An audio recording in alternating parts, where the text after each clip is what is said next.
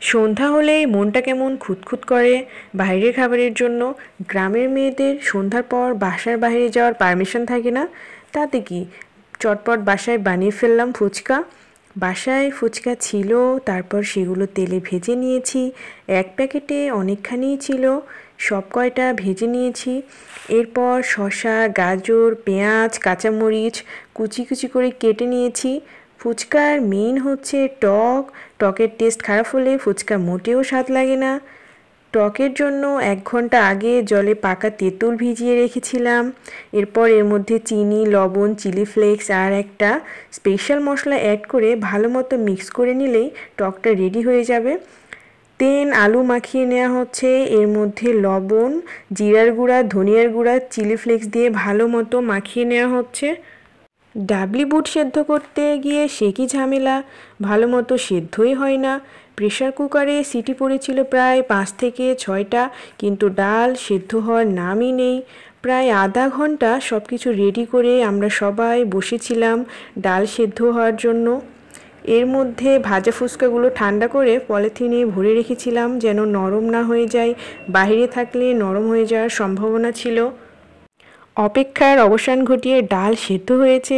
এরপর আলু এবং ডাবলি বুট অ্যাড করে কিছু মশলা দিয়ে ভালো মতো মিক্স করে নিয়েছি। পুরটা একদম রেডি হয়ে গিয়েছে। তো সব কিছু নিয়ে বসে পড়েছি। এবার ফুচকা বানানোর পালা।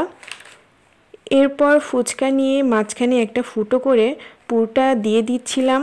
এইভাবে একটা একটা করে সব কয়টা ফুচকায় পুর ভরে নিয়েছি। পুর ভরা শেষ। এবার শসা দিয়ে দিয়েছি, একে একে গাজর, পেঁয়াজ দিয়ে দিয়েছি। এরপর কাঁচামরিচ দিচ্ছিলাম। ফুচকায় ঝাল না হলে ঠিক জমে না। ডিমটা মিসিং, বাংলাদেশের ফুচকায় ডিম ছাড়া হয় না। বাসায় ফার্মের ডিম ছিল না, হাঁসের ডিম ছিল, কিন্তু সমস্যা হলো আমি হাঁসের ডিম খাই না, তাই ডিমটা মিসিং। হুটহাট প্ল্যানে কিছু তো মিস হবেই, যাকগে ব্যাপার না। ফুচকা বানানো হয়ে গিয়েছে, এবার খাওয়ার পালা। 2 প্লেট ফুচকা বানিয়ে ফেলেছি। অপেক্ষার অবসান ঘটিয়ে ফুচকা বানিয়ে ফেলেছি। পুচকুর থেকে রিভিউ নিয়েছি, ওর বেশ ভালো লেগেছে, টপাটপ খেয়ে নিচ্ছিল। ভাই, ফুচকা খাওয়ার বিষয়ে ছেলেরা কম না, ওকে দেখেই বোঝা যাচ্ছিল।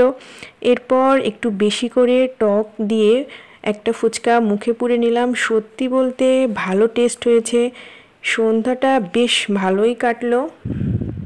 সব কয়টা ফুচকা এক নিমিষে আমরা শেষ করে ফেলেছি। So tata.